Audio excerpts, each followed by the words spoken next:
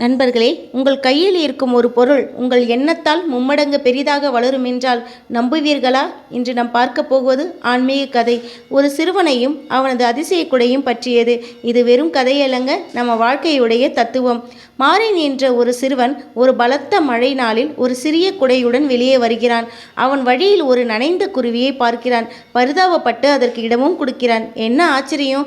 அவன் கையில் இருக்கும் இந்த சிறிய குடை சற்றே விரிவடைகிறது. தொடர்ந்து ஒரு முதியோர் மழையில் நனைந்து வருவதைக் கண்டு அவரையும் அழைக்கிறான். இப்பொழுது அந்த குடை இன்னும் பெரிதாகிறது. இப்படியே அவன் அன்பால் அனைவரையும் அணைக்க அணைக்க அந்த குடை ஊரே தாங்கும் ஒரு பெரிய குடையாக மாறுகின்றது. இந்த கதையில் வரும் குடை என்பது நமது மனம்.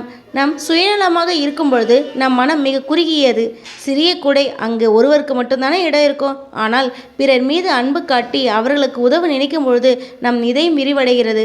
ஆன்மீகம் என்பது வேறு ஒன்றும் இல்லை, நான் என்ற நிலையிலிருந்து நாம் என்ற நிலைக்கு நம் மனதை விரிவுபடுத்துவதுதான். திருமூலர் திருமந்திரத்தில் சொன்னது போல, அன்பே சிவம், அன்பால் விரிவடையும் மனமே கடவுள் வாழும் இடம்.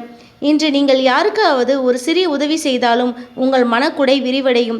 இந்த தகவல் உங்களுக்கு பிடிச்சிருந்தால் மறக்காமல் நம்ம சேனலை சப்ஸ்கிரைப் செய்யுங்கள். அன்பே பகிர்வோம், இன்பமாக வாழ்வோம்.